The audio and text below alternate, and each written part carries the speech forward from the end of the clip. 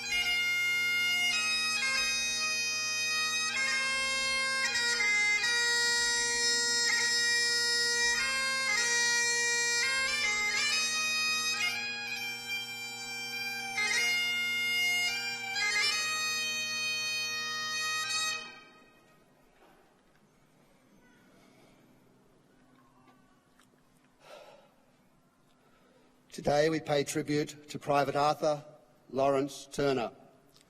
Born in Melbourne on the 2nd of June 1913, Arthur Lawrence Turner was the eldest of Arthur Vernon Turner's and Mary Ann Turner's 6 children. Arthur's father passed away in 1929 and his mother in 1931. Mary Ann's mother came to look after the children for a while, but died following a stroke, leaving the young Arthur Turner to take care of his 5 younger siblings by the age of 18. Turner had a variety of jobs. He was a delivery boy for the Herald newspaper and a turntable boy at Radio 3DB in Melbourne. He studied accountancy by correspondence and became the paymaster at the Herald. In June 1940, Turner enlisted in the 2nd Australian Imperial Force and was posted to the 2nd 22nd Battalion. After months of training, he embarked in Melbourne aboard the HMT Neptuna, destined for Rabaul, New Britain.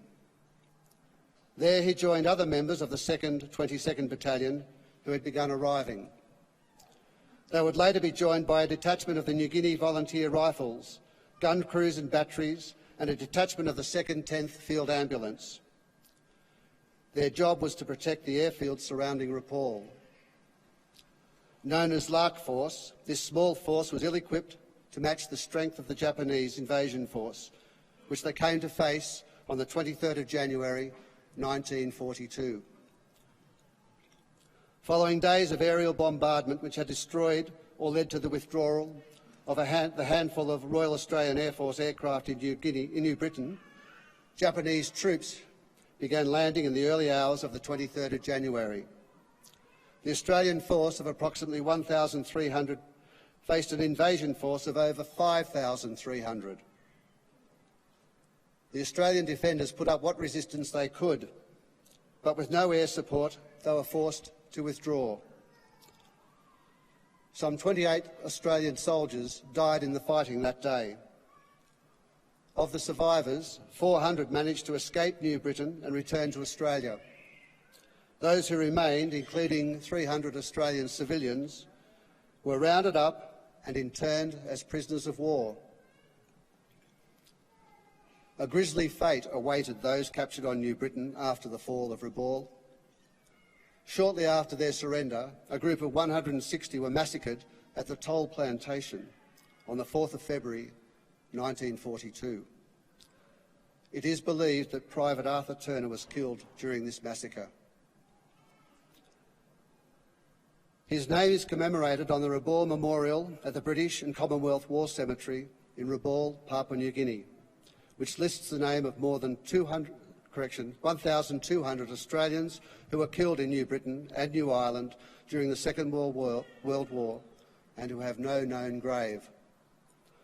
Turner's name is also listed here on the Roll of Honour, on my left, among some 40,000 Australians killed in the Second World War. His photograph is displayed today beside the pool of reflection. This is but one of many stories of service and sacrifice told here at the Australian War Memorial.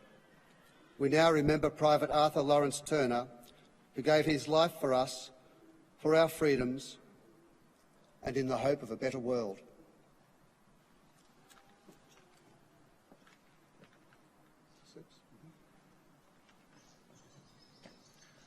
Please stand for the ode and the sounding of the last post.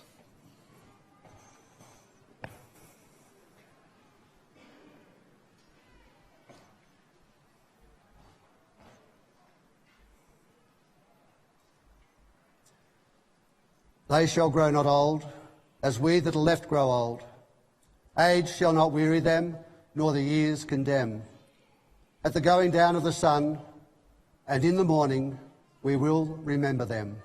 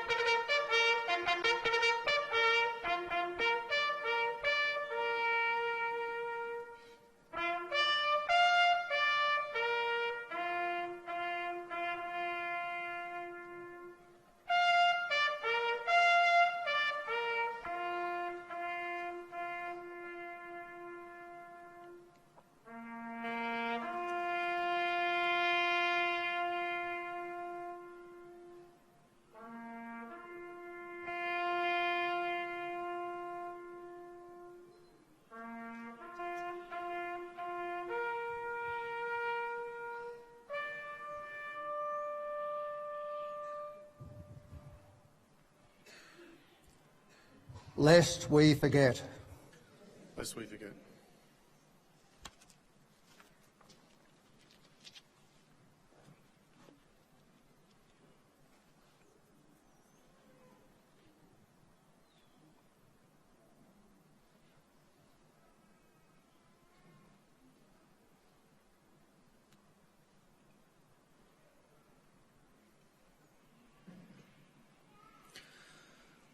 We leave you this evening with the words of the memorial's founder, Charles Bean. Many a man lying out there at Pozieres or in the low scrub at Gallipoli, with his poor, tired senses barely working through the fever of his brain, has thought in his last moments, well, it's over. But in Australia, they will be proud of this. Ladies and gentlemen, that concludes the last post ceremony. Thank you for visiting the Australian War Memorial and good evening.